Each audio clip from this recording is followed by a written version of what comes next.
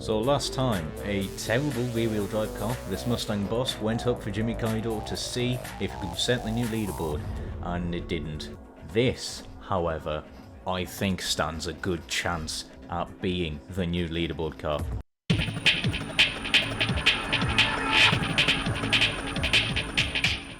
Alright lads and lasses, I'm Eccentric Racer and I am here on Forza Motorsport 4 continuing on the King of the Mountain series. Now this should be a serious competitor. Also apologies about the chair squeaks. This is the Porsche 911, one of the racing ones, the GT3 Cup car. This I think will stand a very good chance at being one of the fastest rear wheel drive cars up here. The last Porsche we had was the 911 Turbo, I think it was. That was four-wheel drive, yes. And that actually did really well, especially for four-wheel drive cars, sort of sitting in the middle. We haven't had a rear-wheel drive one as of yet, so I thought I'd start off very strong. Now, similar to the Lamborghini Gallardo, I can actually class drop it by adding some heavier wheels. I can't swap the drivetrain on it, so what I've got to do is try and find some wheels that are not hideous but reduce the PI by 2, because they're not even the lightest wheels that's on it. So where were they? I did find some ones before and I completely forgot where they were. They're ugly, but Christ. No, you don't add enough. I can't remember how much weight. Oh, I can add them. That's £44. It actually does give me room to add a little bit of performance. You know what, let's go for that then. Let's add some heavier wheels. I could... No, I can't. Let's have a look. We can put on 280s at the back instead of some things. I don't actually know. Yeah, you know what, that will do. What are we doing at the front? Like 240s. Come on, a diff. No, I can't put any of those on. So, yeah, this is a nice and quick, simple build on the Porsche. So let's see how it does up for Fujimi Kaido. Alright, so here we are at the base of Fujimi Kaido, going to have 3 attempts to try and beat the current leader of the rear-wheel drive class, which is still that Ford GT with a 436.5. I really do reckon this car will be able to do it, because, well, let's face it, this is a race car and we're going to have miles of grip. Hopefully, just have loads of grip. I mean, yeah, sure, this is going to be the lowest power we're probably ever going to get out of this series, because it's only got 385 horsepower, I think it was. And, yeah, but it does weigh 2,500 pounds, so a little bit over a ton. But I'm hoping that the cornering speed will more than make up for its downfalls in the straight line. But we'll have to wait and see. So let's get this underway. Like I said, only going to have 3 attempts to do this. I'm hoping audio is alright. I did have to re-record this bit, mostly because you could barely hear me over the noise of the Porsche. So I have had to. I've only done a quick little drive of it. I've not completed a full run.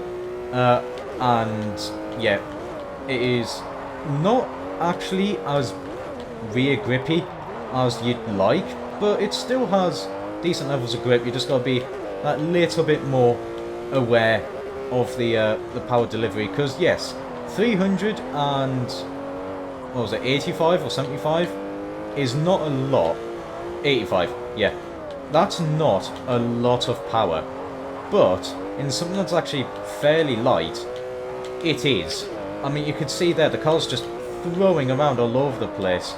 Oh, I had some braking issues there. There we go, a little bit too early on the power. I mean, as well, you know, this course is, some part of it is quick, but a lot of it's actually pretty slow as well, so the aerodynamics not going to give a huge benefit, but it's going to help minorly. And I mean, to be honest, with just how technical this Fujimi Kaido New Hill Climb is, or just Fujimi Kaido in general, I do kind of want to have as much cornering speed as available just to get a little bit more time, so I scrub less off trying to fight the car through the corners. Anyway, speaking of that, fighting through the corners, 4 hairpins. We are actually carrying good speed through there. I'm trying not move my chair because it's really squeaky. Come on now, just one more of the hairpins to go. There we go. I get out that corner, carrying pretty good speed. The river chicane should be flat out no problem whatsoever. The front end just turns in on a dime. There we go, no issues whatsoever. Right, let's try and get this corner right here. There we go. The cornering speed is just absolutely amazing that this car is able to carry. Right, the 50% hairpin now. Just ease onto the power. There we go. Don't want to lose too much by getting the car sideways. Carry good speed. Oh, just got to be careful there through the second tunnel. Right, let's go early on the brakes. Get it through that corner. There we go. Back end still being in check. Shift it down into second. Got to be careful of that little sudden crest there, because that can spit so many cars sideways just like that. But we managed to keep out of the wall only just, I will say. Right, up towards the waterfall car park. Oh god, I went massively sideways there because I got distracted by forgetting cornering names that I named them. I actually managed to get a point in drifting. Go me. Right, okay, come on now. Let's worry less about drifting and worry more about wrestling this car up the mountain. We are getting pretty close to the end now, 73%, and this is already looking to be a pretty damn good run. And this has been a fantastic, a fantastic car. I'll get there in the end. My English still is not good. Well, there you are. Right, now this is where some time will be lost, but I'm hoping it shouldn't be a massive amount of time, you know, because it's so light, so the acceleration should be good, but we are going to be down on speed definitely. About 126 miles an hour, which is actually, I think, not that bad. I think it's about, what, 5 miles an hour down on a lot of the rear-wheel drive cars. Probably a little bit more. But we'll have to wait and see. That was really dangerous over the sudden crests there. Car just going all over the place. Just a few more corners to go. This is looking very good. This is looking extremely good. Oh, tail end kicking out again. This should be a new time. There we go. Look at that. New leader. Like that 434 point, what's it? 950. Yeah, I knew this would be a very good car. I was expecting it to be as well. If it was not top 3, or at least top 2, I would be massively disappointed. Well, we've got a new leader. Now, am I going to be able to... really? Is this going to be unbeatable? That's the question. We'll have to see. There was definitely some instances of dodgy driving for me. Let's try and get a little bit of a better launch.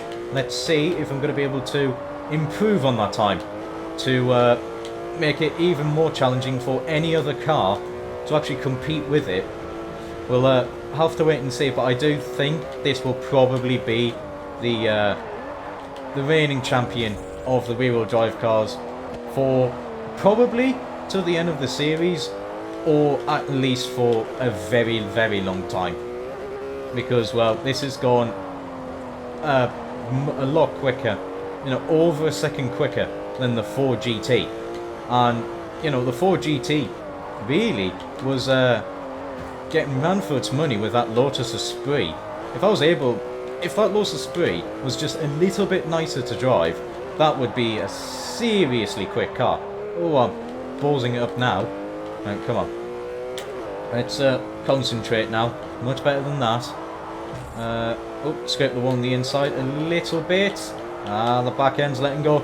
Yeah, see, that's the issue. I'm now trying to push the car a little bit too hard, trying to beat that 434. Yeah, it's been a seriously good car, this. As expected, to be honest. As expected, you know. It really should. Really, it shouldn't have been... Well, it isn't. It's the new fastest car, but if it wasn't, then, you know, anything outside of a third would have been really surprising for me. But, don't need to be surprised. Gotta get through the four hairpins. Oh, Jesus Christ. Me, you're letting the side down. Come on.